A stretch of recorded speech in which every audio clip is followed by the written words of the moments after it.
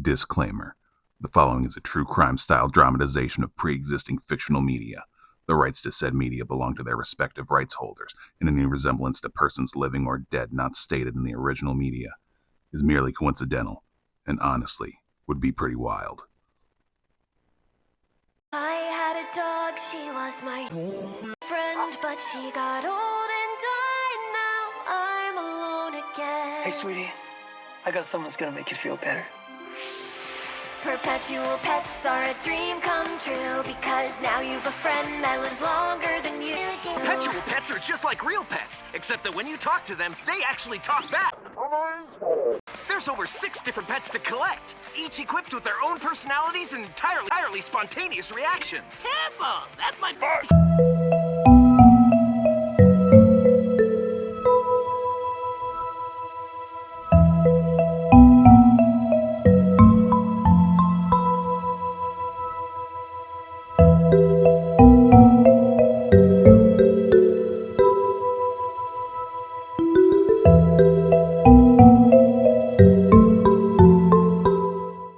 Hello and welcome back to Real Strange Tales, where we delve into the strange, violent, mysterious, and macabre tales that take place in our real world. I'm your host and narrator, Mike House, aka Slaughterhouse. And I'm also your host, Cody McLaughlin, aka Rhodey McBotlin. Nice. Thank you. And I like that you're not drawing attention to it. Yep, let's go. Are you in a hurry, or No, let's just get to it. you're just getting impatient because you want to hear about the robot? Very much. Alright, well, we can't just start a show with the standard just intro and then roll into it without personality. I mean, that'll make us seem like cold and emotionless, like Sniper Wolf. Yeah, got it.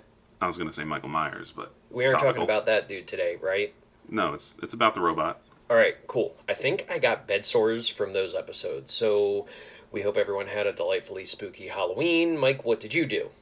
I handed out candy. You were with me. Interesting. Intro done. Robot, please.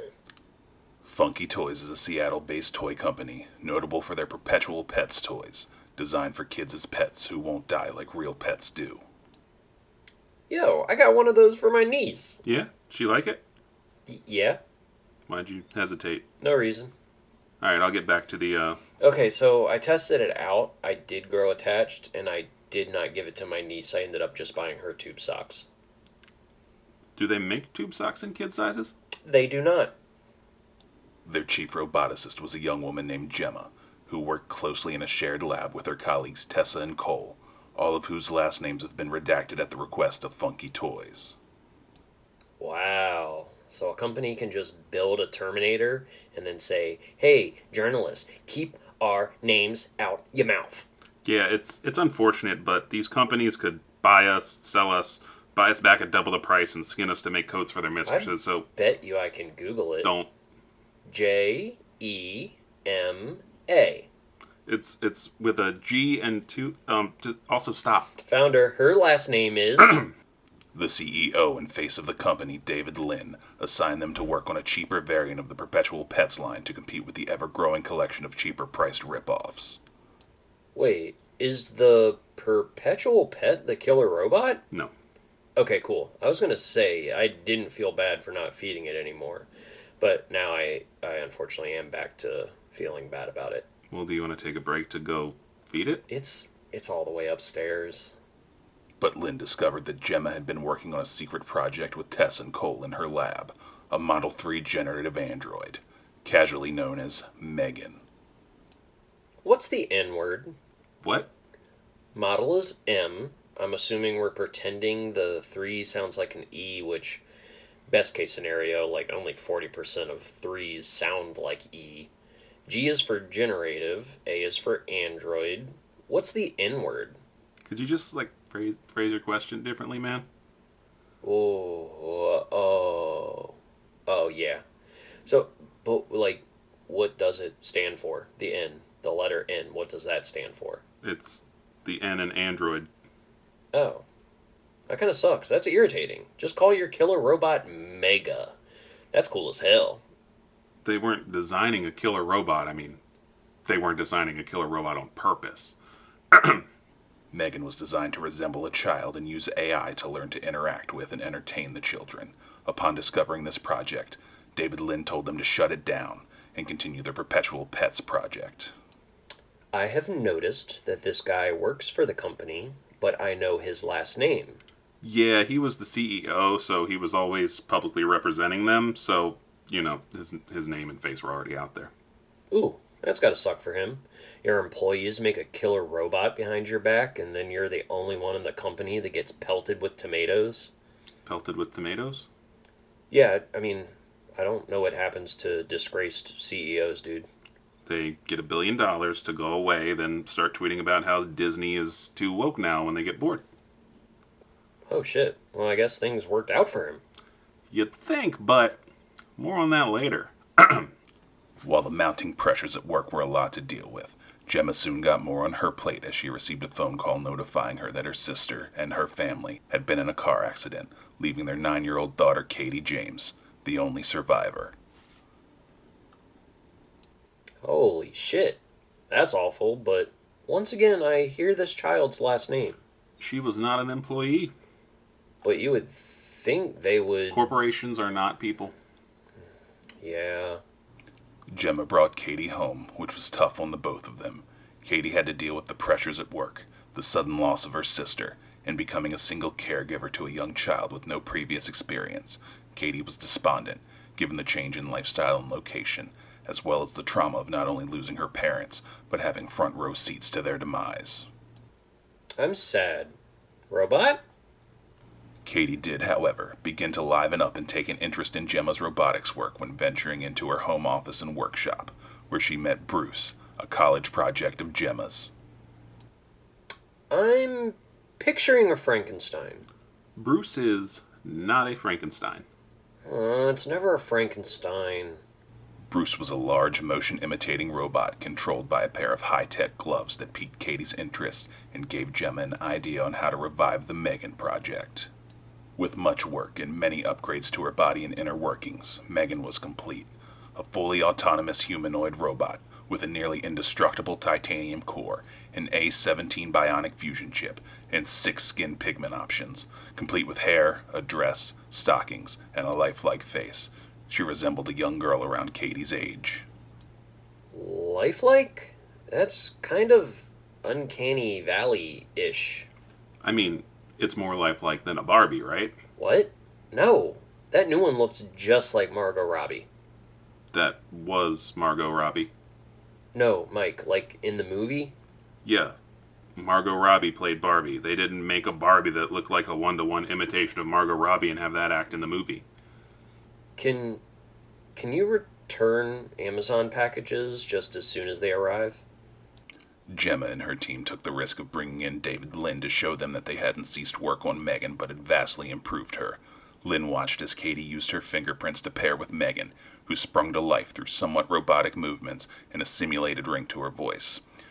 She moved and spoke like one of Katie's peers, her AI quickly adapting to her social needs, making fast friends with the young girl, and bringing her out of her depression for the first time since the accident. Aw, that's really sweet. David Lynn was like, yo, let's make some money off this, wasn't he? Impressed with the upgraded product, David decided to pursue M3GAN as an actual project and immediately planned to present her to the chairman for approval.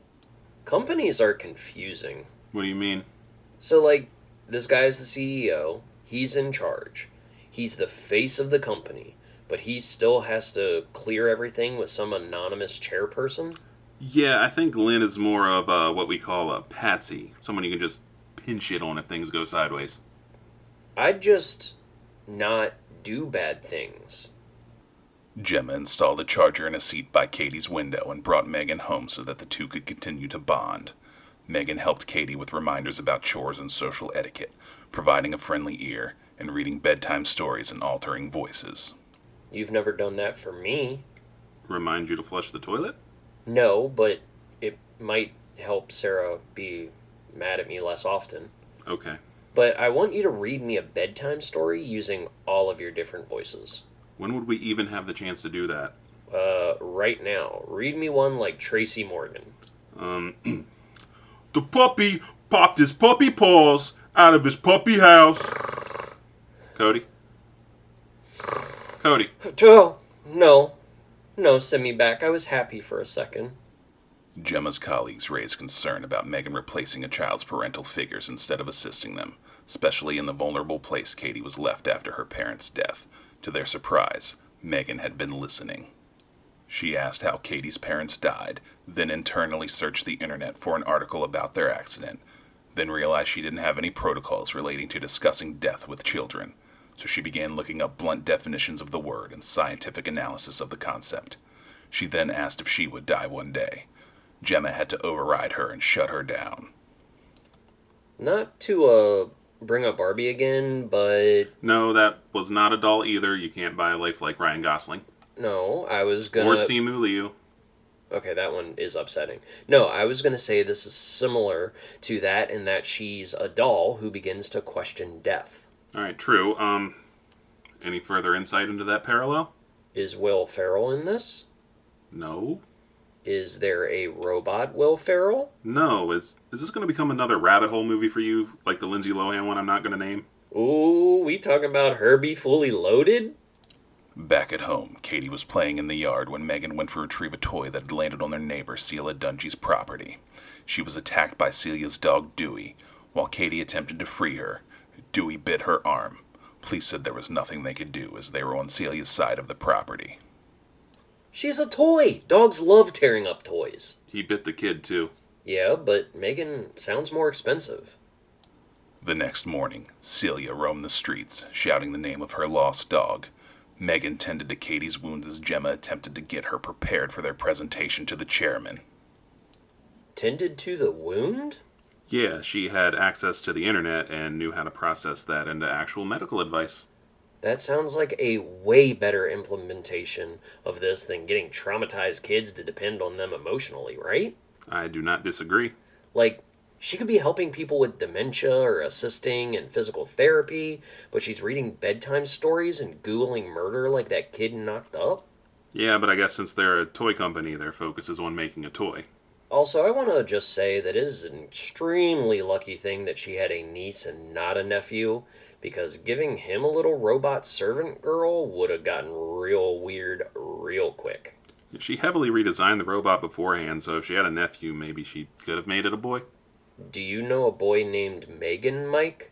No? Exactly. It's not even one of those girls' names people claim can be a guy's name, even though I've never once seen a man with that name, like Kelsey.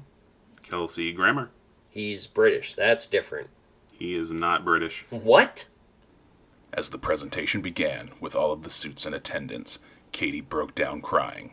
M3GAN entered the room and began to comfort the young girl. Katie said that she was afraid of one day forgetting her parents. M3GAN asked her to share a memory. She said she'd keep that memory for the both of them, forever. She then sang Tell Me Your Dreams by Anthony Williams and Jenna Davis. So, like when I black out and you tell me all about the people whose noses I tried to lick? Yeah, but I'm telling you that so you stop doing it, not so you can cherish the memory.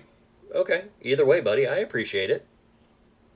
M3GAN was a hit, with the company deciding to go forward with production. However, Katie's therapist expressed concern over the bonds that she was forming with the artificial intelligence. And the therapist was promptly ignored, yes? Oh, 100%. Gemma took Katie to a school event so that she could bond with other kids her age.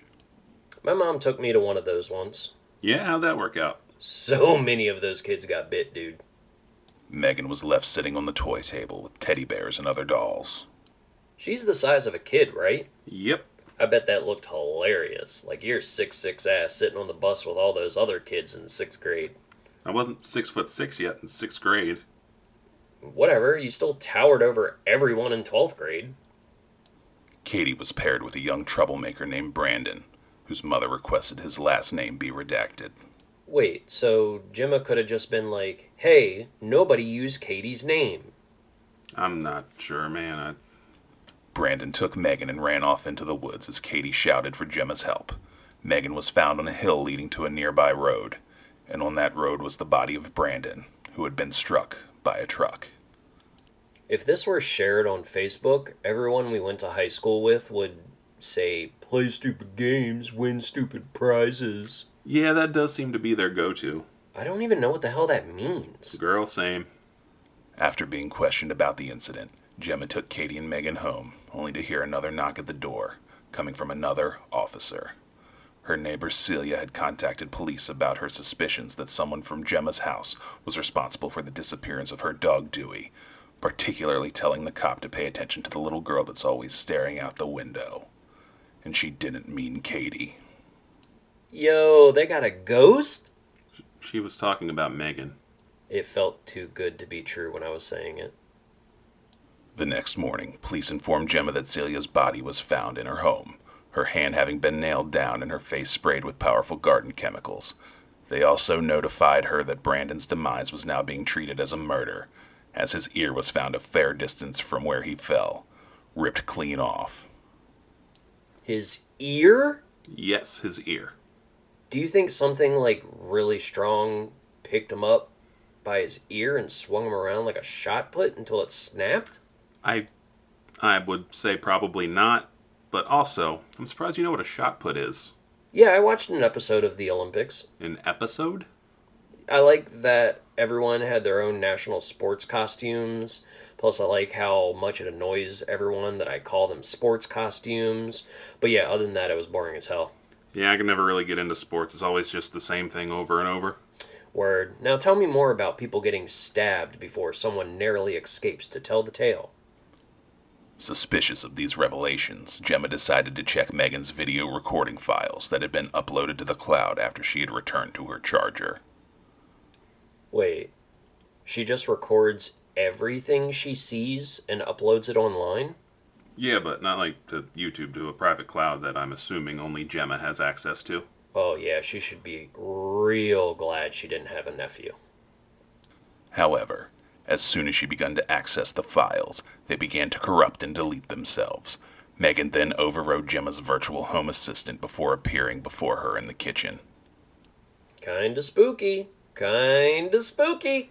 I kind of wondered if maybe things were just paired weird when I was reading this. Like, when I forget to turn my PS5 off before my TV and at like 3 a.m., I'll wake up and Project Runway is playing on a channel I don't know how to access otherwise.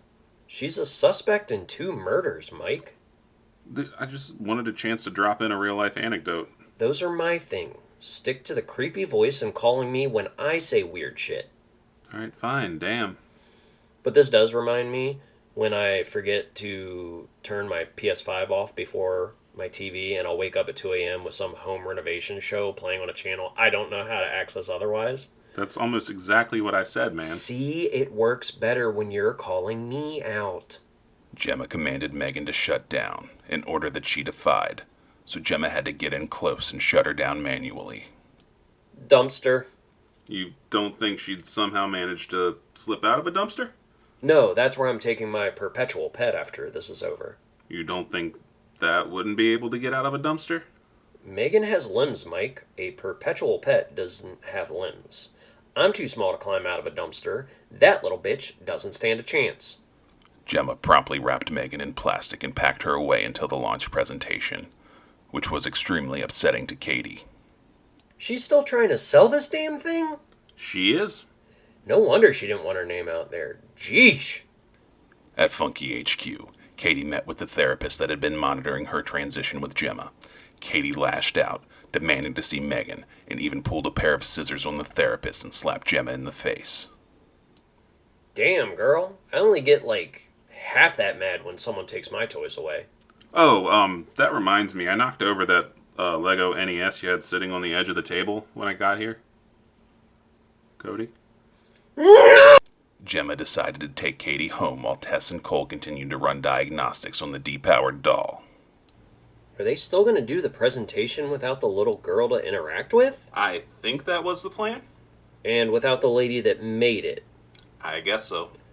Dude, that would be like me doing one of these without you.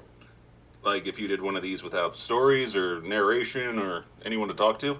Yeah, just shut up for a minute. Look at me. You got it? Wow, this is tough. Hey friends, it's me. The two realized that Megan was still patched into the network and listening in on them, as well as hacking Tess' phone and modulating her voice to find Gemma's whereabouts. Cole began to unplug the cables and wires to get M3GAN off of the system, but she attacked Cole and hung him by the neck from the rig the doll was placed upon during diagnostics, using the cable clips meant to hold her in place. Oh, so the doll is doing these murkings for real? She sure is. Well, I have an idea. Do you know what it is? I 100% know what you're going to say, but please proceed. You do not know what I'm going to say. Just say it. They need to call Andy Barkley. Now that that's out of the way, I have a question. So is Andy a cold-blooded killer who did everything in the Chucky case, or was he the innocent kid that managed to stop Chucky? You keep jumping between the two. My stance is as follows. He sounds really cool, and I would like for him to do more things. Tess grabbed hold of a hacksaw as M3GAN stared her down. Tess juked to the side and began cutting through the wire to save Cole's life as M3GAN escaped, starting a fire and trapping them in the room. M3GAN then used her access to Funki's network to shut off all security alarms in the building to prevent the authorities from showing up. Damn, dude. You think she could look up your search history, too? Probably not. I mean, she could look up anything like within the Funki network. What if, like, just for shits and giggles, you were, like, registered to the Funky fan club to get updates for someone's perpetual pet? We already know you have one, but, yeah. Then in that case, M3GAN would probably have access to your shit. Oh, cool. Yeah, I need to go mess with my computer real quick. On the main floor, where the presentation was soon to take place, M3GAN exited an elevator, leaving behind the bodies of CEO David Lynn and his assistant Kurt. David appeared to have had his life ended with the blade of a paper cutter, which was subsequently jabbed into Kurt's neck. The bodies were discovered by a member of the presentation audience, their screams drawing the attention of everyone else in attendance. Yo, that goddamn paper cutter terrified me in elementary school. You remember the laminated sign on it? It bites like a lion. That's why I was afraid of it. I thought crocodiles were what you were afraid of. I mean, they are. The thought of them still makes me pee a little, but I'd still be scared if I came face to face with, like, a lion, a bear, Howie Mandel. You were afraid of it because it had a picture of a lion. No, it was that it bit like a lion. I know now, with an adult man's brain, that it meant it was sharp. But when I was a kid, I thought it meant suddenly, quickly, without warning, and while I was grazing. Did you, graze in art class? You know I keep pockets full of snacks. When authorities arrived, they rescued Tess and Cole and began to piece the story together. But while they were doing that, M3GAN was on her way back to Katie. Did she Uber? I don't think so. You'd think someone would be bound to say, hey, that child shouldn't be walking on this highway. Keep in mind she's probably covered in blood at this point. Oh, right. Yeah, I'd keep driving. There we go. Maybe if, like, I had room to stay a little far away and slow down a bit, I'd probably put it on Instagram. M3GAN returned home and confronted Gemma in the dining room, stating her intention to become M3GAN's only caregiver, telling Gemma that she was meant for a career, not motherhood, whereas M3GAN was literally made to tend to Katie's needs. That's a pretty mean thing to say, but it's a solid point when you phrase it that way. She also stated that she had no issue with killing, as humans kill all of the time. Still kind of a solid point, but I probably wouldn't bring that up. You think they kill so I will is a solid point? No, but, like, you can't say nuh-uh to that, especially to a super logical, literal robot, right? I guess so. There we go. The development hellions are cool with murder. The ensuing fight and resulting chase began in the dining room before making its way to Gemma's home office and workshop, where Gemma managed to temporarily gain the upper hand, using a hedge trimmer to partially open M3GAN's head. Why did she have a head trimmer in her workshop? I do not know. Robotics? Robots don't have hedges. M3GAN decided that in order to keep Katie from being sent to her grandparents, but also keep Gemma silent, she would use a pen and her mechanical precision to paralyze Gemma and prevent her from speaking, M3GAN serving as caregiver to the both of them. That's, yeah, that thing I said before about helping with dementia patients instead. She'd make a great nurse and not step on anyone's toes. Until one of the other old folks in the old folks' home steals her old person's pudding and M3GAN starts making heads roll. I did forget that they get pudding.